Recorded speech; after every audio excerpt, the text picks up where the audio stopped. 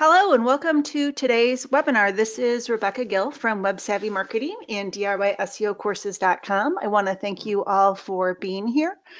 Before we start with the content for today's webinar, I just want to let everyone know that the chat box is available should you have questions. I will try to leave time in the session today to be able to answer some Q&A at the end. So just drop questions in as you have them. And if I see them, I will answer them right away. If not, we'll catch them at the end. I am recording the webinar, so if you can't sit through the whole thing or if you have to multitask, do not worry. I will have this posted up to my YouTube channel later today, and you'll get an email out afterwards with that link. So have no fear if that is the case. Okay, so moving into today, we're going to start with just some brief slides, and then we're actually going to dig right into the Yoast SEO plugin because I don't want to spend a lot of time on slides, but I do want to cover just a few things, in case you want takeaways later on.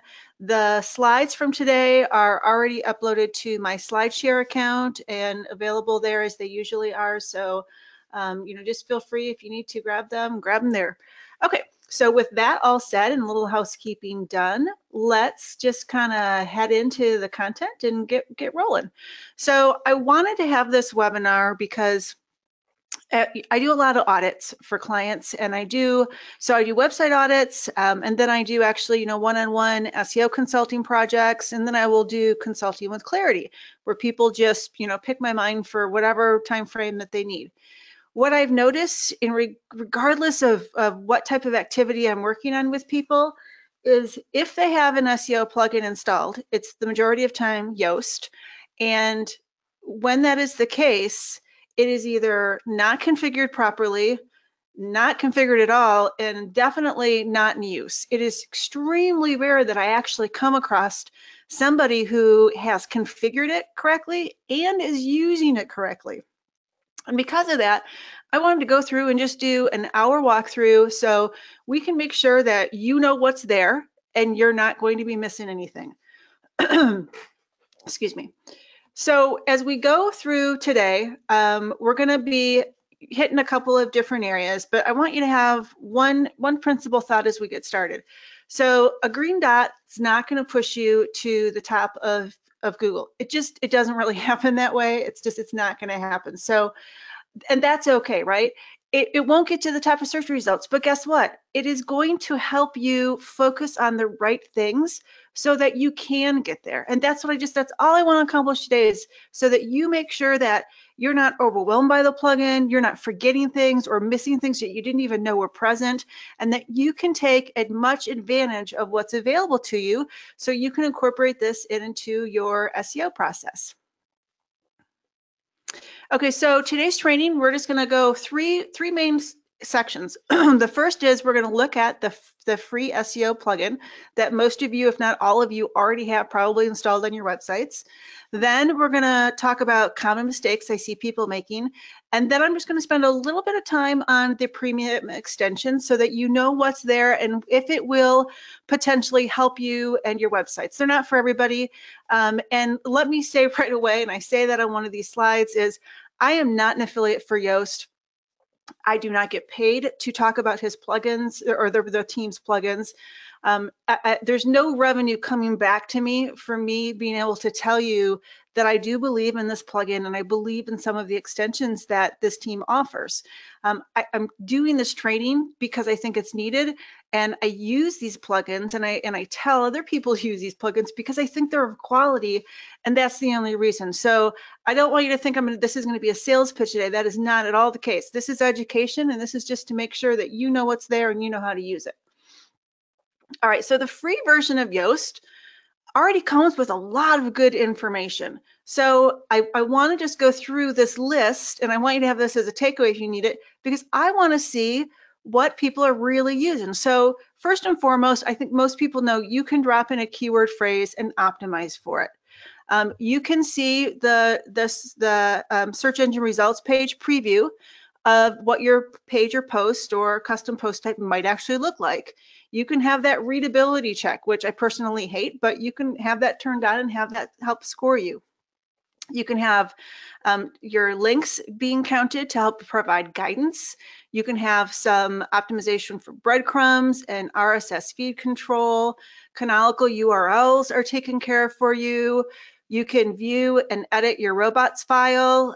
It can create an XML sitemap. You get access and edit capabilities of your htaccess file if it exists. Then you get some basic data get pushed out for the knowledge graph. The Open Social Graph.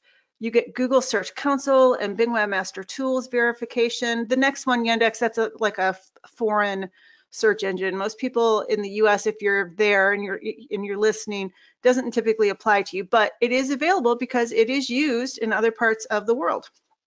Then you can have some actual integration to your search engine console. And you can have some bulk editing of meta titles and descriptions.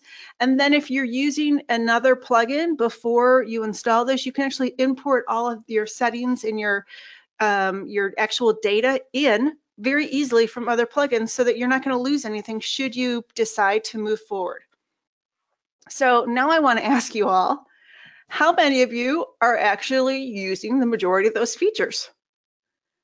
I'm going to bet that the answer is not very many of you, right? And I think that that's okay. And it kind of just shows why I wanted to go through it today, because I'm going to guarantee that on the people that are on this presentation today, there's probably only a few of you that even knew all of those items were there, and even less of you that are actually using it. And that's okay. You're not alone. That's why we're here today.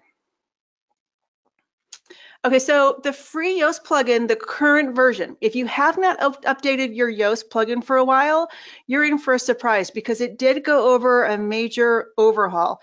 And this effort was done to try to make it easier for people. And the Yoast team has a blog post about it. They basically modified some verbiage. They scaled things back so that it was just more digestible for the average person to be able to use and configure the plugin. So here's how it's broken up. So you have the configuration wizard, which you can or cannot use. You do not have to use this. I personally do not. It's faster for me just to go into the settings because I've been doing the settings for so long. But it is there should you want to use it. Then there's general settings. There's the search appearance, which is, again, how your content would appear in the search engine results page of Google.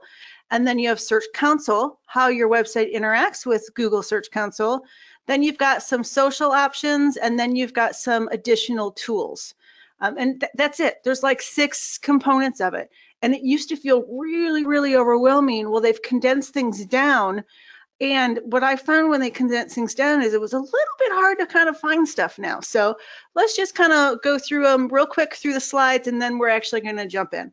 So when you first get into the Yoast plugin, you've got the general settings. That's where you're going to find the configuration wizard. It's the little lady right here waving at you. You can turn features on and off here. You can integrate with the search engines. You can view problems, and you can view notifications. I have heard a lot of people complain about the notifications and that they think they're excessive and things like that. But let me remind you, this plugin is used by 5 million people, and this one is a free plugin, right? We get a lot of goodness, and I'm sure that's why some of those notifications are there, is in the suggestions for upgrades, is because they have to be able to make some money to be able to support the plugin that millions and millions of people are using. And I'm thankful for that because I do use this heavily and I rely on it a lot. Okay, so the search appearance is things like the knowledge graph that nobody ever even realizes it's doing for them. The ability to set things as index or no index. The media attachment control, which I love. It's a new feature, and we'll look at that. And then breadcrumbs, and then the RSS.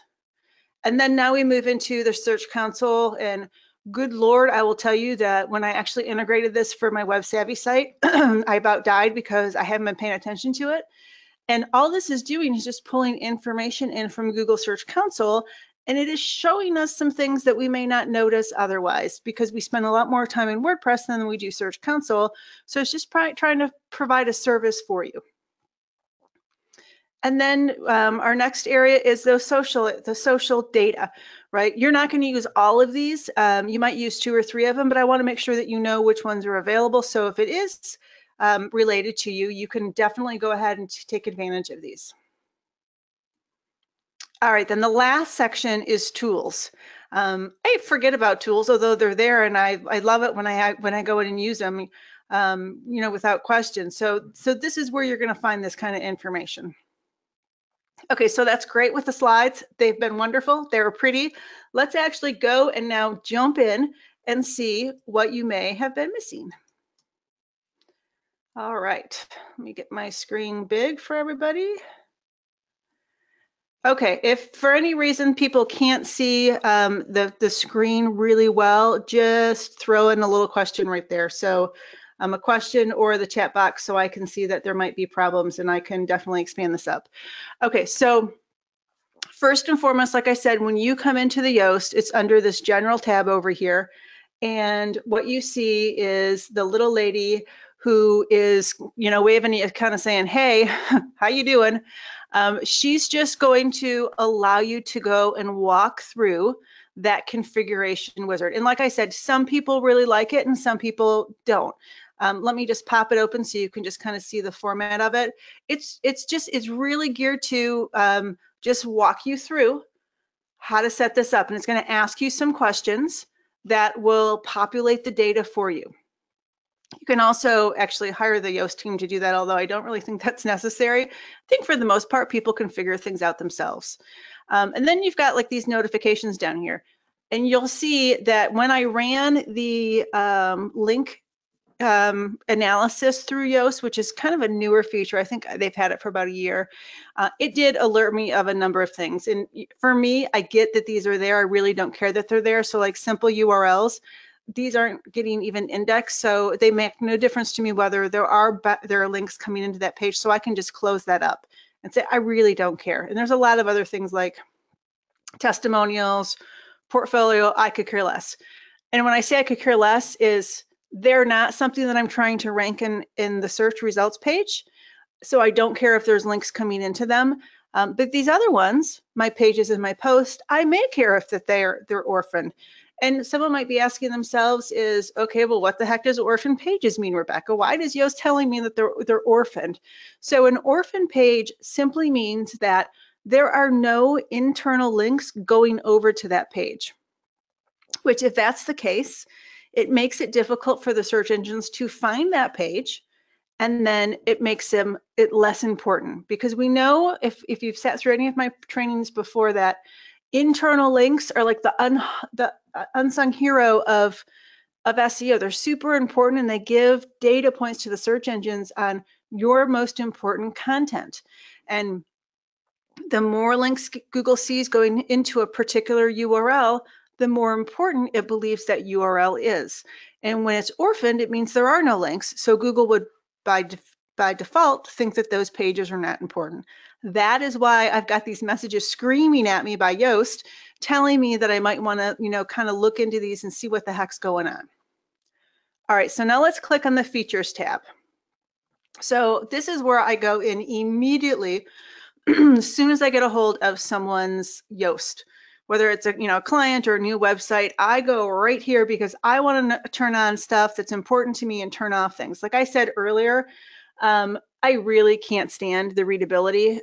So for me, I turn that off. It's something that I'm not going to look at. And I'm a big proponent of, if you're not going to use a feature, turn it off so it doesn't become clutter to you, because otherwise it is clutter on the screen and then you don't use the tool efficiently. So just turn it off if you're not using it. If you're using it, keep it on and actually look at it. SEO analysis, that means, do I want Yoast when I'm entering in content to try to grade my content for me and provide that, red, green, orange light for me? Yes, I do. So I'm going to turn it on. Cornerstone content. Cornerstone content means I'm going to designate certain areas of the website as super important, and I want Yoast to give special grading to them.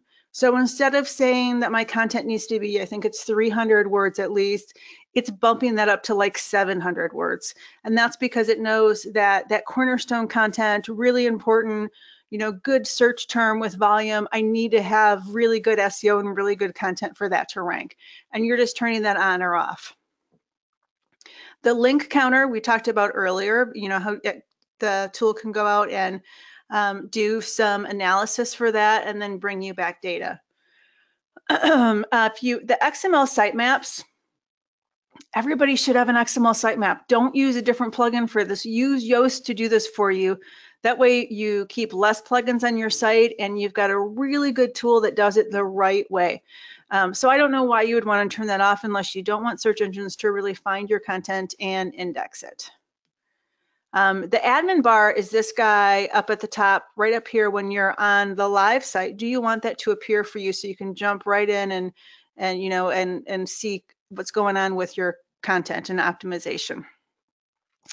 I kind of skipped some of those because I don't really use them very much, and I'm not going to push you to use them very much.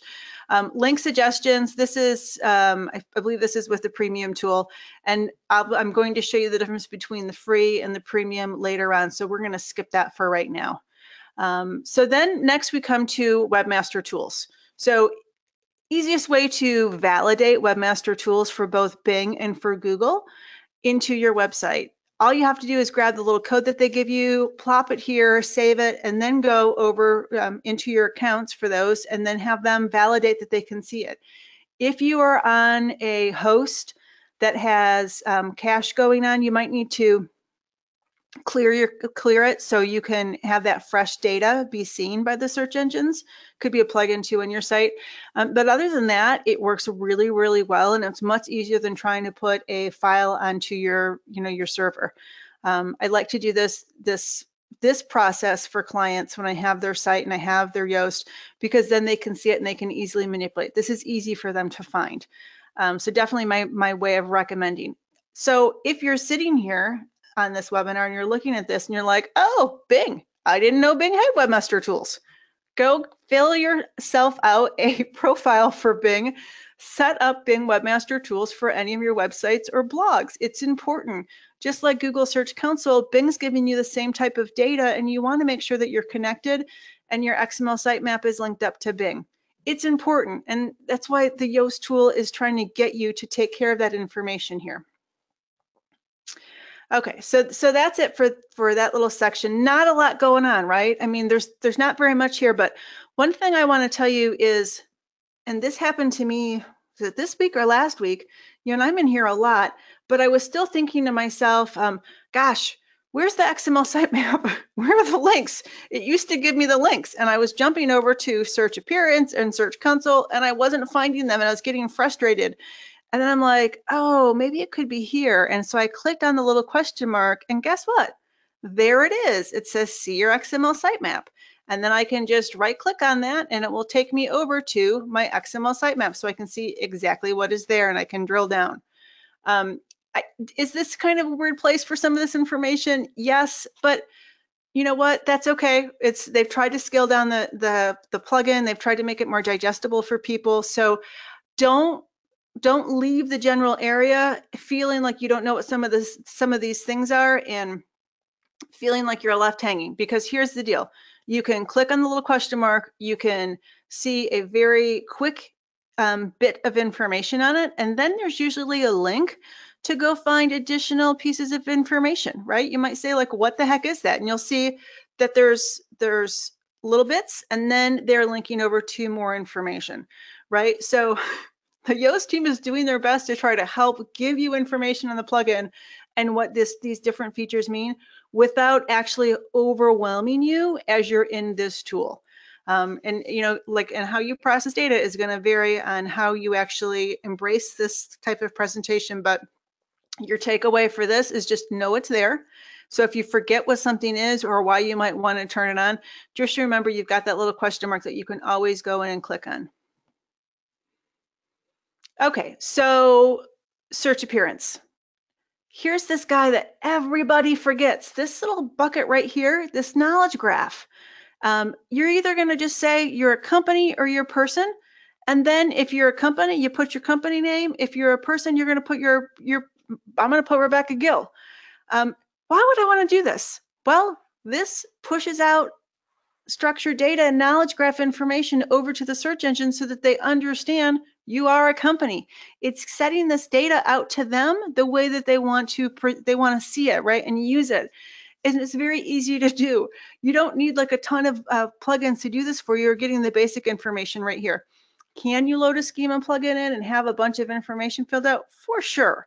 But a lot of people don't really need to go to that level. They just need to have some basics. This does the basics for you. So take the time to do this, whether, again, you're a company or a person. So now this guy right here is what will dictate what is going to show up for search engines for what they would potentially take of your content and then apply to the search engine results page. What do you want to put in the index? So first and foremost, each little bucket has got this yes or no. Do I want this to appear in search results? Yes, I do. I just have it as a yes. Some of them are going to be no, though. Then once I define that, yes, I want it to appear to search engines, how would I like the default meta title and meta description to appear? I am not a fan of having my big fat company name at the end of every single post or page. Did I do that when I first started using this tool? Yes, but I always remove it out because I'd much rather control that and have it be specific to the content at hand and not just the generic. I'm pretty sure that Google knows based on my URL that this is web savvy marketing and I don't need to continuously remind it within every single meta title. Same thing as with the meta description. That's valuable information. It's what people see in the search engine results page. We want it to be as meaningful as possible. You might be asking yourself, what the heck is that Rebecca's got? I don't have that in mind. The reason I have that is so if I fail to provide a specific meta description for a given URL, this will actually go and grab the very first content that the plugin sees on the page and it will use that. So I always have that on my pages and posts. Do you want your date to appear in the snippets preview? I do not, so I hide. To me, that's clutter. And then do I want the Yoast meta box giving me like controls to appear for this content? Yes, I do, because I want to have additional control over it. Okay, same type of information for your pages. Simple URLs. These for me are affiliate links or those simple redirects I want to have for something. Not 301 redirects, but redirects like those affiliate links. I don't want those to appear in search results, so I just make sure that I click on it and I move the purple color over to the no. And when I do that, I don't want to, none of this applies either. I don't need the date to appear because it's not going to the search engines. I don't need the Yoast box to appear. That's clutter to me on the screen, so I hide that as well. And then you just go through some of your other items to see what data is there. One thing to think about if you are using plugins like LearnDash or WooCommerce, they will have a bunch of other data elements that come in, and you really need to pay close attention to them because it will have transactions and shipping and things like that. You don't want that stuff going to the search engine, so make sure you turn all that off because it's just it's like you're sending crap over to the search engines and you're pinging them all the time with this crap, and you don't want that to be the case. Okay, so this little guy underneath the media tab, he's new and he's really cool. So instead of you having, maybe you have 1,000 images in your site in the media library, and those all by default create 1,000 extra pages for those media attachments that are empty and have like no content sitting there whatsoever, and it's thin content, you can actually turn those off and say, I want, you know, any of those URLs to just redirect to the image itself. So basically take all of those away. This is a brand new feature in Yoast and one that I definitely recommend that you use unless you are fully embracing that media attachment page and there's a lot of information on it. Just flip it to yes and it'll take care of the rest for you. Okay, so taxonomies, categories for blog posts and tags for blog posts.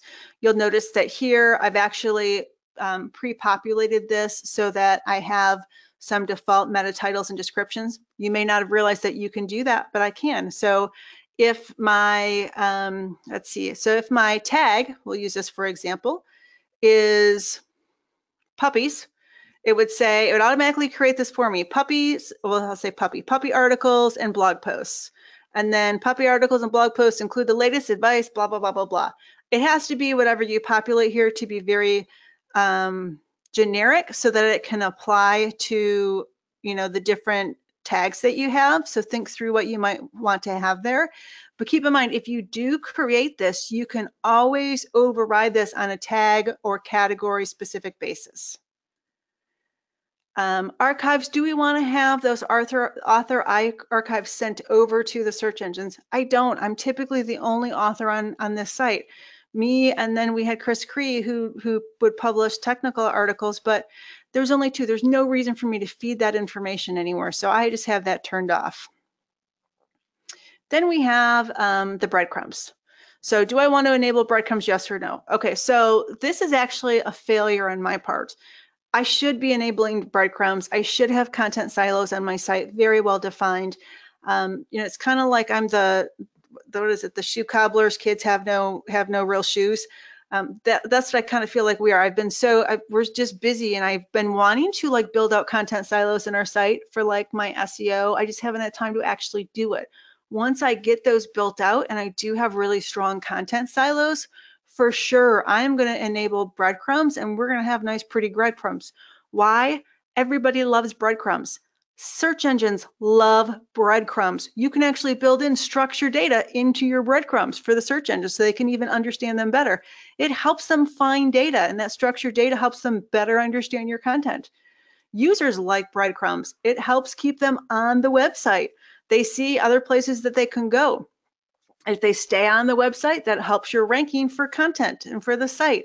So it's an indirect boost to your SEO ranking. So, if you've got content silos on your website, consider making sure that those breadcrumbs are active and they're nice and user-friendly. Again, not all websites are going to have this available to you because you have to have that parent-child relationship and some content silos for it to actually work. But definitely, think through that. Someone just asked, what is a content silo? So a content silo is, I actually have a YouTube webinar basically dedicated to it. Lewis, a content silo is picture yourself going to Barnes & Noble's website, and you go in to look for books, and you see that they have fiction books, nonfiction, Westerns, religion, science, things like that, right? Each one of those sections of the website will have individual, children books associated with it. So, I'm blanking because I haven't done this webinar for a while. So my fiction could go underneath fiction. I could have romance as a secondary grouping, or again, like Western, science fiction, things like that. Underneath science fiction would be all of those books. So it's basically just creating this, we call it a silo, like the corn silos on a farm. It's creating a structure and a tall level within the website that groups content, groups topics. And those topics and that grouping helps users find content, and it helps search engines find content and then better understand the makeup of your website. If you don't know what content silos are, you definitely should consider learning more about them if you have a large site. They don't apply to smaller sites, but they definitely apply to larger sites because it's very beneficial. Okay, so the RSS, if you want to have some greater control over your RSS feed and how that appears, you can make some edits right here. I have not done this, I don't know if ever on a site, and I've been using Yoast for a very long time. Okay, so let's look at the Search Console. So Search Console is where you can just basically say, I would like the Yoast plugin to bring in some of my data from Search Console. And basically it's showing you very quickly that there's 404s happening. Now, we had sold off our store, if you remember, last year to the 9 Seeds team, to John Brown and his team. When I did that, we removed a lot of content on the site, right? And unfortunately, when we did that, we created some 404 errors, which I didn't even realize were still out there. And that's what these are, a lot of these are representing to me. And when I integrated this, I was like, holy crap, here's some 404s we didn't even think about that I need to go back and fix. And that's why I like this integration. Is this content available in Webmaster Tools? Yes, but guess what? You don't really go over to Webmaster Tools that much, do you? And kind of look at all this. So that's why you want to really think through some of this. And like, this makes sense to me. This wouldn't make sense to you, but this is my content. It's a link over to the theme demo for Colin that hasn't existed on our site for quite a while. This is an error on my part. I need to go and resolve these. I need to throw and redirect them to right content, because clearly people are hitting these and they're reaching a dead end, and we don't like people to reach a dead end.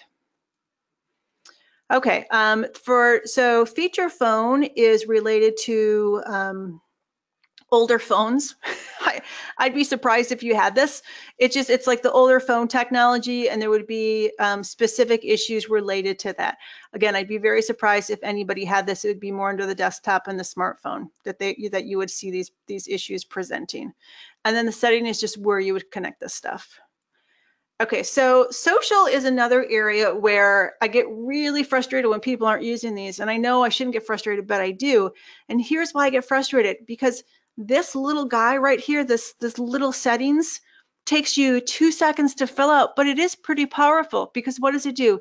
It's helping Google understand your social media sites that are connected to your website. It's giving Google a better impression of you and your life online, right? Your website's life online. In 99% of the cases when I come into here for clients, this is completely blank. This is blank, and all of these tabs are blank. And you want to quickly fill these out for the search engines so they better understand, who you are and what do you do. You can actually come into each one of these tabs and start turning on information so that you can enable better social data and that open graph information for the search engines and for those social media sites directly. It doesn't take very long to do. You're basically just saying, yes, I would like Twitter card metadata to be created, and I'd like it with the summary for me and the large image. I don't use Pinterest, so I didn't fill this out. But if I did use Pinterest a lot, I would want to make sure that I connected Pinterest and I had this information available. And Google Plus, we just don't really know the real usage of Google Plus, but because it's been around and I've used it and I still use it just to make sure that my account's active, I do have that here. This is like the wild card of Google. We don't know if it's going to come or it's going to go. As a takeaway for you out of this session, this webinar, if you've not populated this information, multitask while you're sitting listening to the webinar or watching it. Go in and just fill this out. It'll only take you a few seconds to do so. Okay, so next is the Tools tab. What's here? So import export, say I was using a different SEO plugin and I want to import information from another plugin. I can do that pretty quickly here. I can import the settings and the data, which is cool. I did this recently for a client. It brought over all the settings from this other SEO plugin, and then it went and brought actually the meta titles and meta descriptions over as well, which was really cool. You can import redirects. So this is part of the premium one. I am using the premium on this. I was using redirection for a plugin. I don't need to have 2 plugins, right, for redirects. So once I updated myself to the premium version, I just imported all those redirects from redirection and I got rid of that plugin. Very easy. And it really makes it just easy for you to just to be able to manage your install and make sure that you're keeping as much content, you're keeping your plugin usage lean, because that's what we really want to have happen. And then you can export your keywords, and I'm pretty sure that this is part of the premium version. But again, nice information for you to be able to have, to be able to look at stuff offline. All right. So let's go back to the tools main page. So the file editor is where you'd actually get to your robots.txt file. You can edit this and make changes to this. And I believe if you have the htaccess, you can see that as well in this same area. This does matter to Google Search Console. Google Search Console actually gives you this information. It does a check on this, a health check for you. And again, if Google Search Console has this information for you, we know it's important, and we know that Google wants you to be paying attention to it. And then this is just a bulk updater. So I can in bulk go through either all of my meta titles or all of my meta descriptions, make changes and save. I have never used this because it's just, to me, it's a little overwhelming, but it is there. So on those features that we saw earlier, the text link counter and then the internal linking, we actually have to ask the Yoast plugin to go and do that for us. And all you do is just come over here and then click this little button and it'll go through and analyze your content for you. This one is part of the free plugin, and that is to evaluate, where you're linking at. Are you linking into other content? And then it gives you that data on those orphan pages.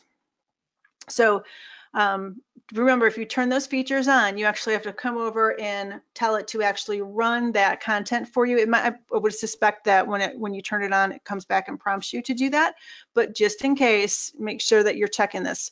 And as a follow-up, I would suggest you go through each single screen here to make sure that you've properly filled out everything.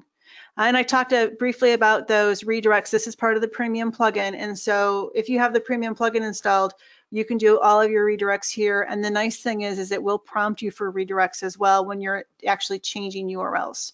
So that is the settings, right? Now I'd like to go through a couple of other areas. We're going to go actually into content, and then we're going to go into the content lists. So we're going to switch over to a different site. So when you come into a standard page or post list, you most likely see something like this. And let me make this bigger for everybody. This is actually a real site that's been unloved for quite a while. And you'll probably see it's unloved because look at all the reds and oranges. So when I come in here, this is what you see. What I've also found is a lot of people do not realize that you can actually come up to the screen options up here and start turning things on or off. I do this all the time because I am OCD by trade and I don't like clutter on a screen. I just really want to see information that is important to me. So for like me, when I go into a client site, if they're using the readability, because that's not part of the project usually, I just turn that off. I don't want to see it. But what I do really want to see is the focus keyword. Maybe I want to see meta title and meta description. When I'm just focused on that for the SEO project, I actually turn off things like the date and the categories just so I don't see them, so I can really start to focus and say, what have they filled out? And I like to see this en masse. Another cool thing about this is you can come in, and once you have these showing on your screen, you can click by focus keyword, and I can quickly see everything alphabetically that they've put in as a focus keyword phrase. What I love about this too is I can see if there's duplicates.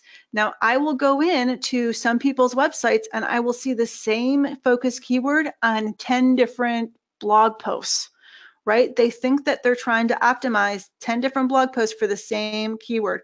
What does that do? That makes it really difficult for the search engines to understand what content it should rank for a given keyword phrase, because you're telling them there's 10 different options and you're asking them to choose. You don't want to do that. You want it to be very specific for the search engines. I also like this because I can look at this and see things to say, pheasant is not a focus keyword for this. This has been incorrectly entered. And so it's a warning to me that maybe the client doesn't exactly know what they're doing with this plugin, and I need to help them utilize it better. And that's why I like to have this massive look. I think it's great for, if you own your website, for you to look at your data too, and do it like every 3 to 6 months, and just make sure that you've not made mistakes that you don't have to go in and clean up. Okay, so let's go over, and we're going to go into an actual piece of content. Let's go look at this guy. I'm just pulling, this isn't my website, so I'm just kind of pulling content to see what's here. So when we go into the plugin, let me just get rid of some stuff so that you aren't getting overwhelmed by anything. Now, how many people on here actually go in, and when you're creating content that's SEO focused, you actually fill out this focus keyword phrase? I'm betting not a lot of you, because a lot of times you're just in a hurry and you're doing the content. You may not like all these prompts, and it happens, right? there's a reason why you fill out this focus keyword. It is so Yoast can start grading you on all of this information down here and giving you feedback. And if you don't put a phrase in there, it's difficult for the tool to be able to provide feedback to you. Some things that I commonly see people do is they'll think that this is like the meta keywords where you can put in multiple keyword phrases and just use commas to separate them, right? That is not how this field works. You only want to have one phrase, so no keywords, or excuse me, no commas and multiple keywords. Okay, so we had talked about the cornerstone content before. So right now, if you see that, you'll see that this text contains 173 words and it wants 300. If I change this to cornerstone content, now it's telling me it wants a minimum of 900 words. That is why you would potentially use that, right? It's just one of the reasons, but that's a big reason on what might shift should you turn this on. Okay, so let's just kind of look at the tool. When this is the page itself, there is a shortcode here, right? And you might be wondering to yourself, what happens with this shortcode? Well, we'll go look at this to see what's really going on, because this is an important comment for you. And why it's telling me it's unfound, I don't know. Wow, okay. I picked a website with a little bit of issues and I don't even know what's going on here. Let's see if we can get to another site. All right. Everything's fun when nothing works like you expect it to.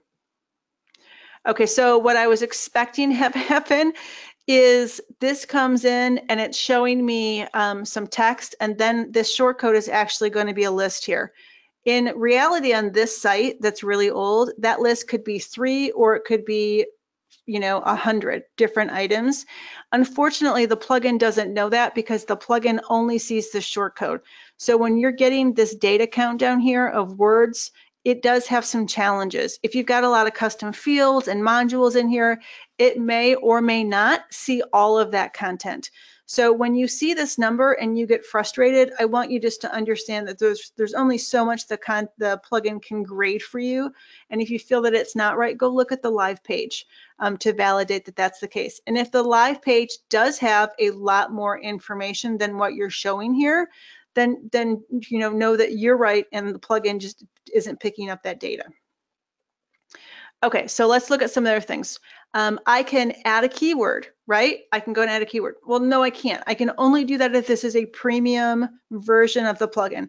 If I want to have multiple keyword phrases and I want the plugin to grade me, I buy the premium version and then I can click, add a keyword, and it will actually give me unique scores for each sets of keywords. You don't have to do that, but if you rely on this, then yes, you can, it can definitely help. So let's look at some of this feedback that the plugin's giving us. Problems. There's no image on this page. Do you always have to have an image? No, but an image does help with usability, and so therefore the plugin's recommending it. The plugin does try to tell you once you have an image that it would like to see the keyword in the image alt text. Now, don't try to get a green dot on every single one of these, because there's a lot of times it's not going to apply. I don't want you to go in and shove a keyword phrase inside your image alt text just to make this go green. That is not the right thing to do. If the image you've selected allows you to associate alt text phrase that includes your keyword, excellent. That can potentially help your SEO. However, don't do it just to get the green dot, right? The search engines would look down on you for basically spamming them with nonsense, content for that alt text, and that would go against you. And that's a common mistake that I see people make, because they feel like they're getting pressured to have all of these green, and not having all of these green isn't going to help you. Or excuse me, it will help you, but it's not going to guarantee ranking. What's important is that you know that this tool is binary. It's just got some checks and balances, and it's trying to remind you to consider things, right? Consider this like a checklist for you. It's not an absolute, it's a checklist. Have you considered adding an image to this page? Would having the keyword phrase inside the image alt text make sense for the image itself?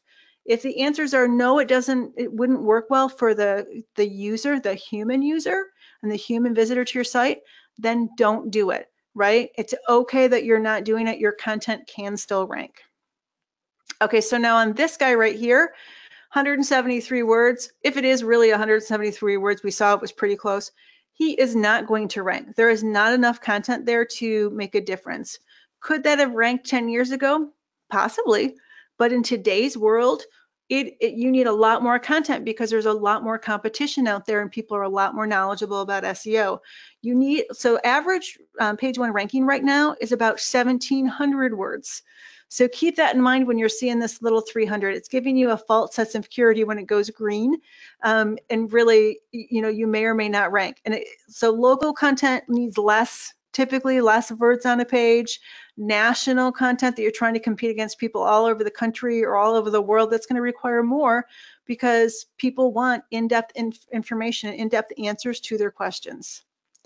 Okay, so some improvements. No outbound link appears on this page.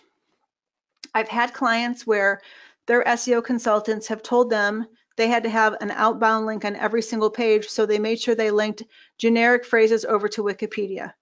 Wait, that is the wrong approach, and I've had to go in and fix it on like hundreds of pieces of content. Don't do that.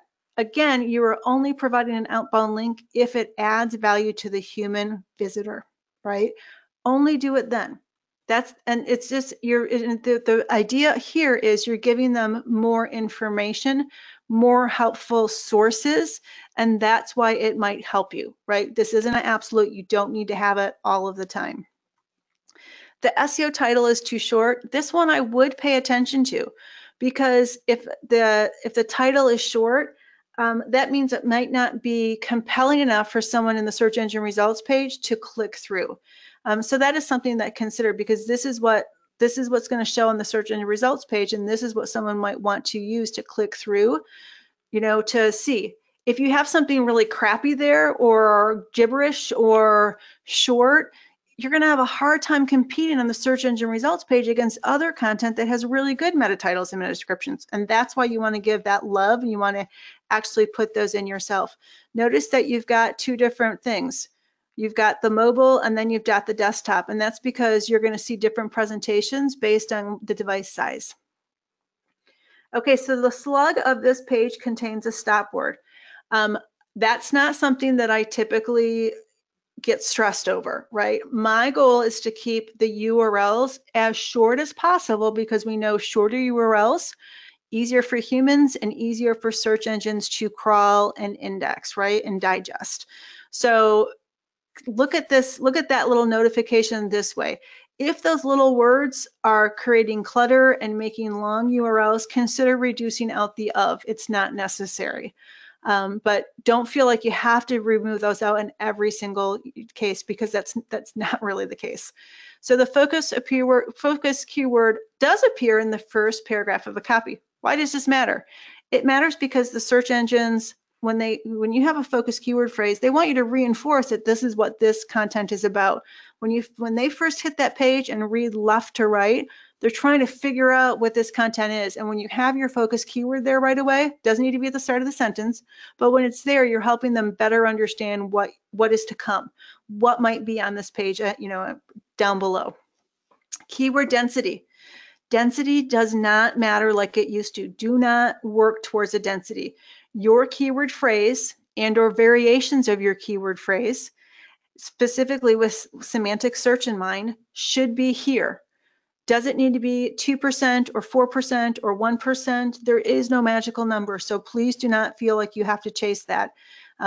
SEO consultants continue to say that keyword density is having less and less importance.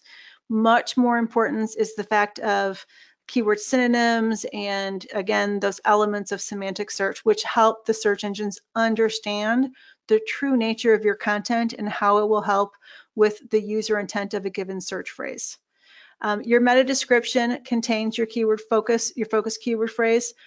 That's important, I think, because what happens is, so if we are a user, and you see how this is bolded, this is the way it appears on the search engine results page. If I am a user and I search for Florida taxidermist and I see that bolded text there, that helps me zero in on that result and say, oh, this is probably going to solve my problems. That's why you want that keyword phrase there. It's of nice length. Remember, Google recently changed that, and you can actually have it, I think, to 270 to 300 characters now. Do you have to update all your meta descriptions to that length? No. Google's not going to penalize you or anything else. It's just, it gives you an opportunity to better articulate the nature of your content so that people might want to click through. Focus keyword appears in some of the subheadings. Again, you're just trying to help reinforce what this content and what this page or post is about. That's why the tool is giving you that feedback. The no-follow internal links. The no-follow, one of the reasons why no-follows links are reported to you, whether it be this tool or you're using like SEMrush, it's because no-follow is supposed to give specific indicators to the search engines. You know, don't follow this. Don't use up my crawl budget on this, you know, this piece of content. Don't follow this piece of content and use it for page rank. So those are the indicators, and so they have specific usage. That's why you don't want to just use no follow all over your site for internal information, because it would be somewhat confusing to the search engines. If it was like terms of use, yeah, Google's not going to care, and that's, you know, if you have no follow there. But it starts to get confusing if you have no follow on content you actually do want the search engines to link to. Follow and use that for page rank. Does the focus keyword phrase appear in the URL? You've got a green dot. It does. And that's because, again, we're just reinforcing to the search engines what this piece of content is about. That URL helps that reinforcement of that idea. And then this is a really important one that people tend to ignore. You've never used this keyword focus before. Remember, we only want singular focus. So if I have Florida taxidermists here, I want to make sure that I don't have that as a focused keyword phrase in other content. I can use it in other content, and preferably when I use it in other content, that phrase is going to link over to here to help reinforce that this is what this page is about.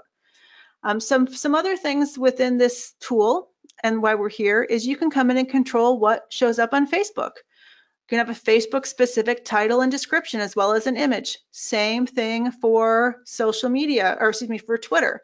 If you're using the premium version of Yoast, it will actually display what that will look like with a preview for you. So now let's say you have, maybe it's a thank you page or it's a pay-per-click page that you really don't want to get into the search engine results, and you don't want them to index it or even evaluate it for search because it might be duplicate content or really thin content. All you do is you just come in here and you turn this to no. And then, should they follow links on this page? You can set that to no too.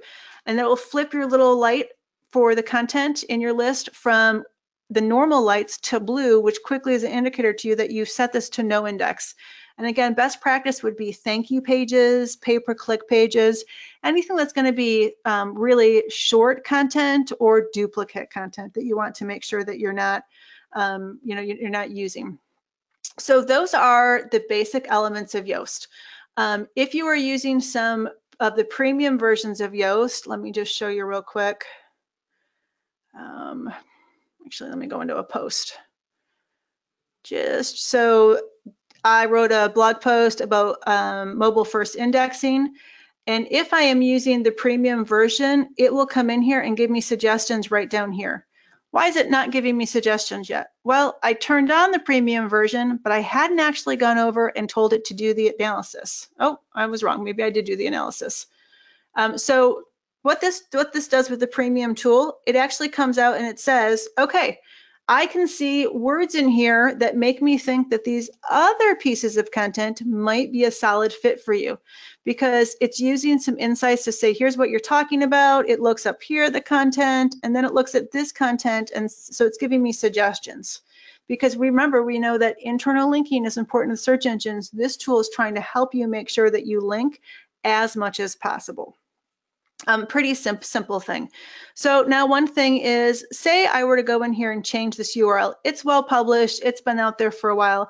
If I change this URL, it's actually going to reset my SEO and it's going to break any incoming referral traffic.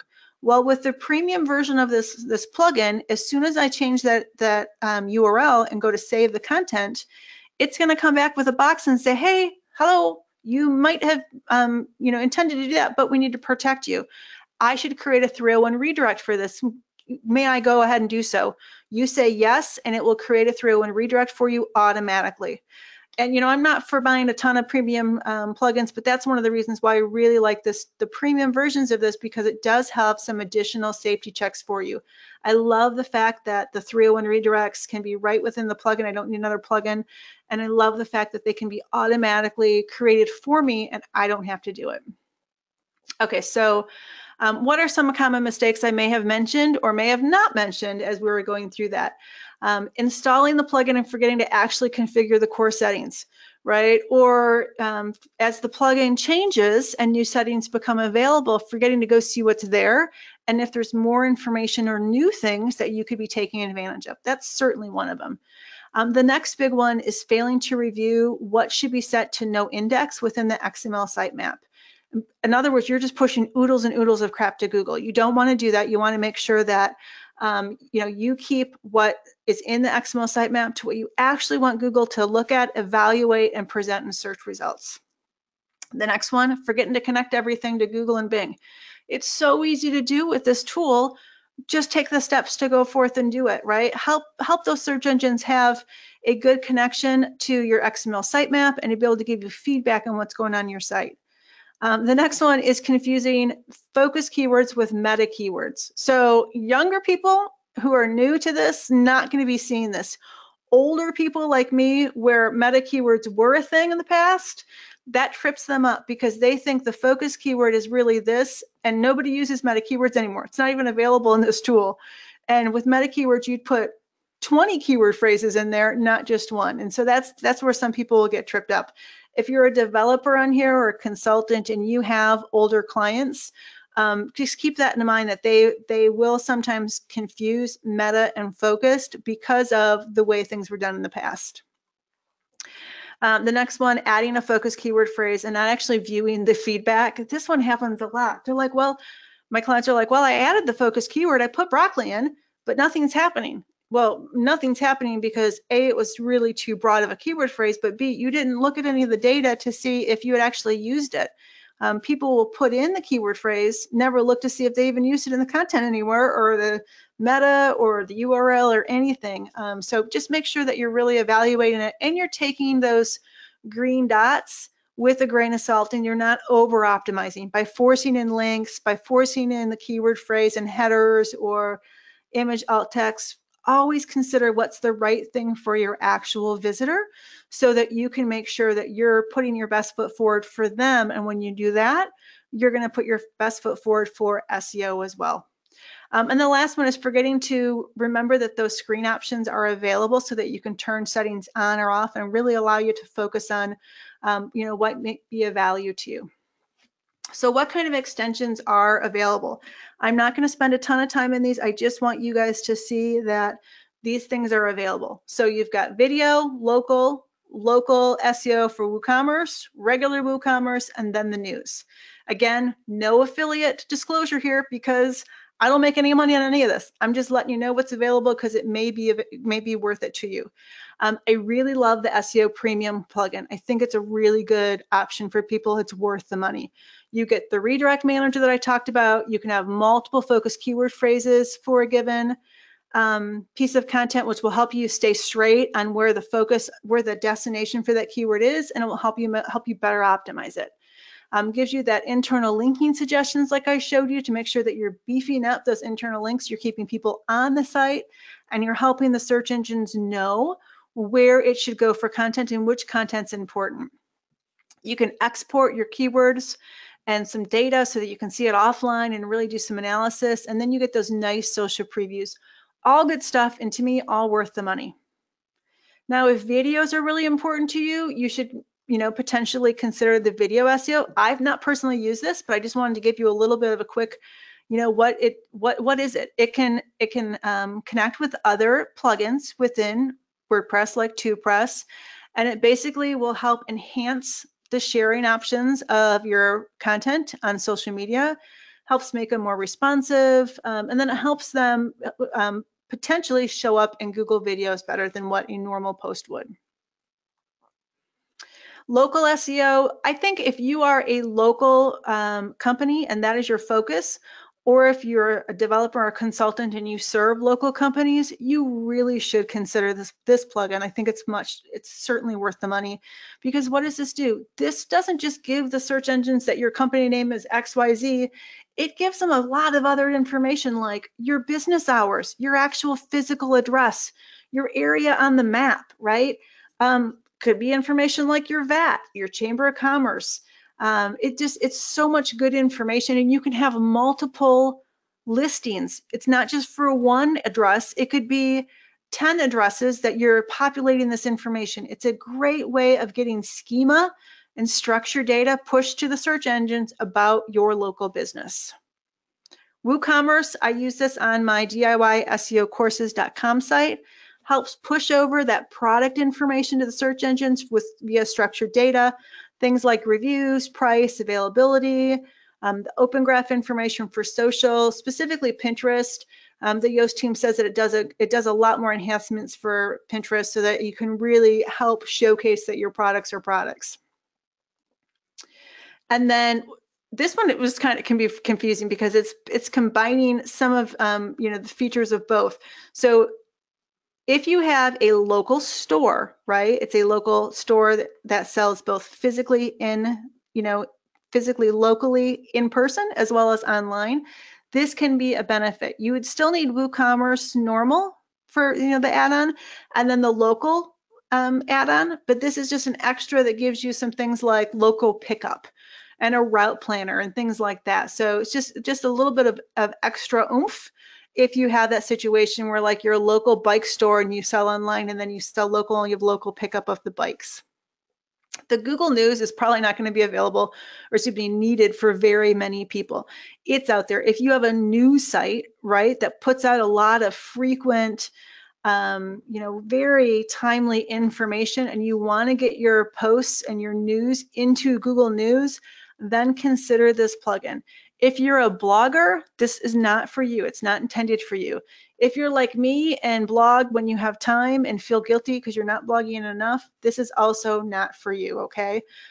You can just completely ignore it. Just want you to know there if you or your clients have very news-focused sites. Okay, so that is it for the plugin. Let's go over and we'll look at some of the questions. If you want to hang out with me and go through questions, great.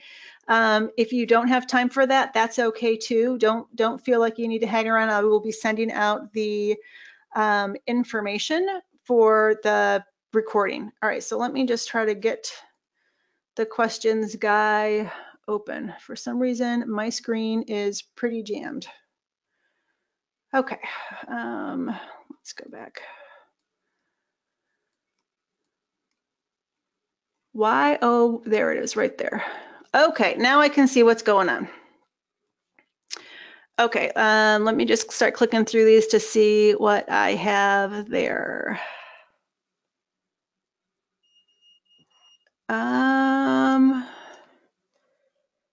Bear with me one second. Okay, so I'm glad to see that some people that you were saying that you really didn't know that they were all there, and I'm glad that you got to see more features than that were present. All right, do internal links include normal WP menus? I think what you're talking about there is when Google sees the links to a page, and it's giving you that feedback on how many links are to a given URL. Does it look at the menu? It does, right? Because you can definitely see that information, but know that that in content links is also important. And here's why. A really big important reason. My husband never looks at the main navigation. He's not going to go look at your drop downs either because it's just something he doesn't see. But he will click on links inside content. So, that helps people stay on the site. It helps people stay on your page. And again, it's giving that keyword link correlation to the search engines. And so they do use that to evaluate your ranking. Okay, so the next question is what if we use Google XML Sitemap? I don't use particularly Google, and I don't know if the Google XML Sitemap is going to automatically update. Here's what, Lewis, is nice about the Yoast XML Sitemap. is it will automatically update anytime your content updates. It is connected to what you do and do not want indexed.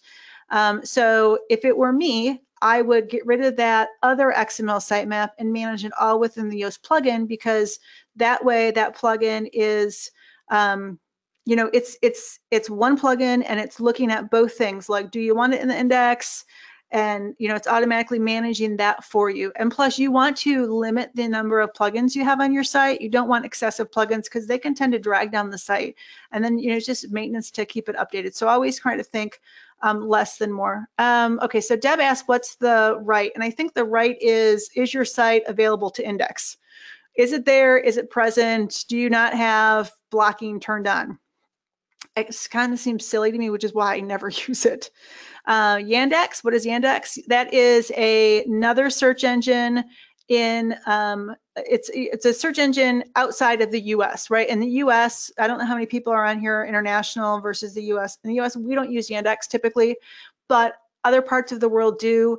I think it's the Russian, you know, in that kind of area that uses it. If you sell into that area and you sell online products and they buy your products, then by all means, make sure that you integrate to Yandex and get yourself some further exposure. If you sell just solely into the US and that's your market and that's your target, then you don't need to pay attention to it. All right, if I have multiple sites, can I have them under one Bing account or do I separate them? So Ben, you create, just like Google, you create an account and then you submit different websites as different instances within Bing's Webmaster Tools. It works very similar to Google Search Console. You know, just like, so if site XYZ, you have a Bing account for Ben. Ben submits a new website for xyz.com. Then he also launches a website for Pink Puppies, and then Pink Puppies gets its own instance inside Bing Webmaster Tools, but it's all connected to your Ben account. If I have a schema program, will that affect Yoast? Most likely, if you have a schema plugin is doing more than what Yoast is doing. And so say you have a plugin that is giving all of that company data for you or all that social data, then just don't fill it out in Yoast so you're not pushing duplicate schema out. Some plugins will say, I see that you have Yoast. Would you like to disable that portion of Yoast? And in that case, you would say yes. Should I have breadcrumbs for my WooCommerce shop instead of the default? So Yoast isn't, with WooCommerce, isn't a yes or a no. It's an enhancement for the WooCommerce shop. When I was looking at the documentation, it says it provides a better experience or something like that. So it gives you more options is basically it. So you can use I believe you can use the breadcrumbs within WooCommerce just so you can tweak them more. Will I be sending a link of the recording out? Yes, Dale, it will come out shortly after this is done. How come some SEOs recommend that a flat website structure with content as close to the root as possible and others advocate content silos and deep linking? So Mark, here's the answer to that. The content that is closer to the root does have a better opportunity to rank. And so for smaller websites, having it flat makes sense. For example, like my website design and my SEO consulting pages are one step away from the homepage. However, if I'm going to have a bunch of information about SEO services, it would make sense that I would build them up underneath that main SEO page because it helps the search engines understand the nature of that content and it's a topical area. And so it creates that structure for them and then allows us to have those breadcrumbs. Is there a reason why my desktop and smartphone show nothing? Claudia, it could be that it's not integrated to the right account or it's not integrated properly, or the fact that you have no errors. And since you are a superstar, I know you personally, I would suspect that it's the latter and that you have no errors. Would you use all-in-one with Yoast? No, they are duplicate plugins. Again, you want to have only one plugin and then just use the one that works best for you. I think all-in-one is a good plugin. It comes from two really good developers and just genuinely nice guys. I mean, the all-in-one team is just great guys. My struggle with that is it doesn't offer that focus keyword phrase. And so that can be challenging for people from a management standpoint. And that's one of the reasons why I like Yoast. In a real user environment, They don't want to keep spreadsheets offline and what their focus keyword phrase is for a given URL or topic, etc. They like to have that field to help keep them on track. Oh my gosh, there is so much here. There's a lot in that plugin, Lewis. That's why we're doing the webinar, because I want you to make sure that all of that stuff's there for you to be able to see. Can I use the bulk editor to fix the W4s you are showing? I'm not sure if you can or not, Paula. I'd have to go check that out.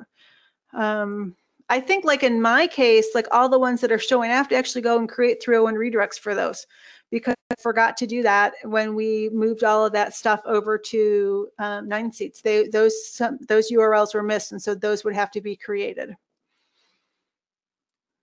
All right, does this plugin also screen the custom fields, not just the regular edited ones?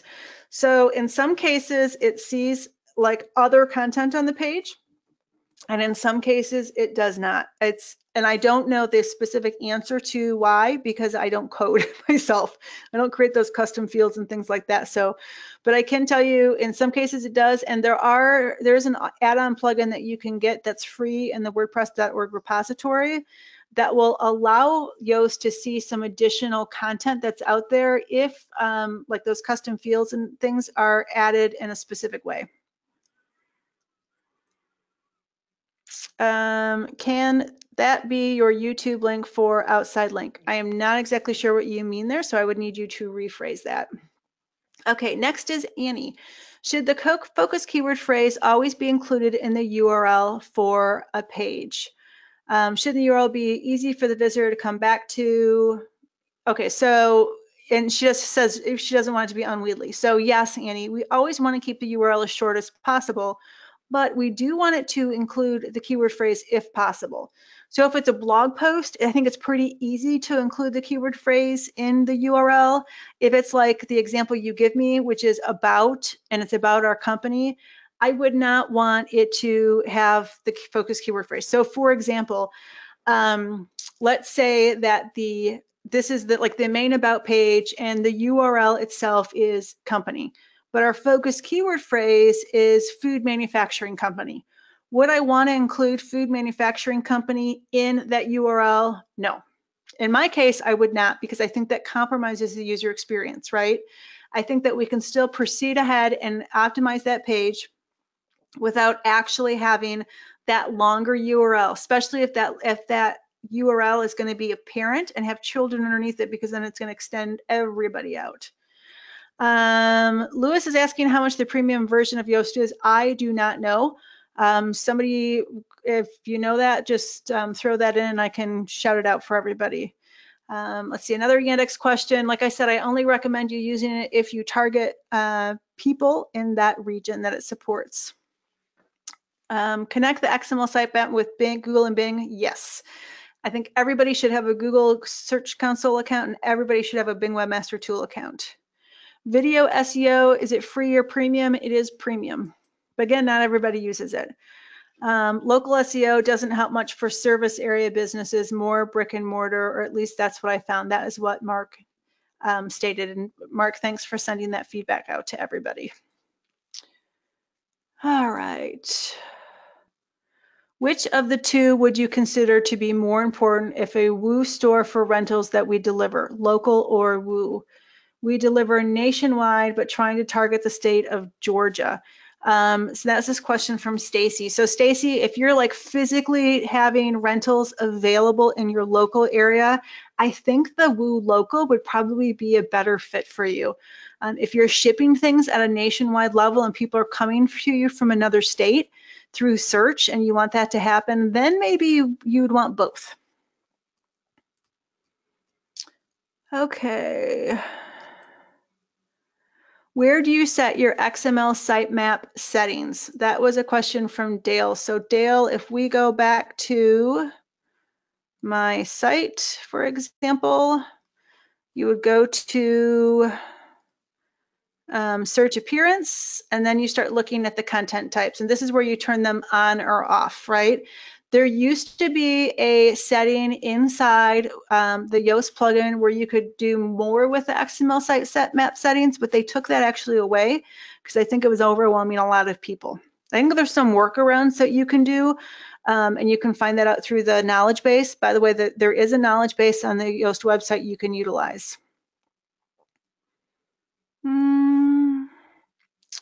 Does Yoast count content in short descriptions and product descriptions in WooCommerce products? That's a question from Stacy. So I used to have a problem with this, but I think that this has been resolved and it actually does see it. And it might just be, though, Stacy, now that I say that, it might be because I have WooCommerce for the add-on, the premium add-on for WooCommerce for Yoast, because it doesn't seem like I run into that problem anymore. Okay, so hi, Rebecca. Will Yoast detect if page already has metadata like title manually added to the page within the PHP? No, it will not. And I really discourage people from doing that because then it makes it really hard for end users to be able to edit things. Like I recently did a website audit for somebody and the developer had hard-coded a meta title into every single page within a section of the website. It was the same phrase, which makes it really difficult for the search engines to understand the individual content pieces. And then the client didn't even know it was there because they don't read PHP. They didn't know it was there till I told them.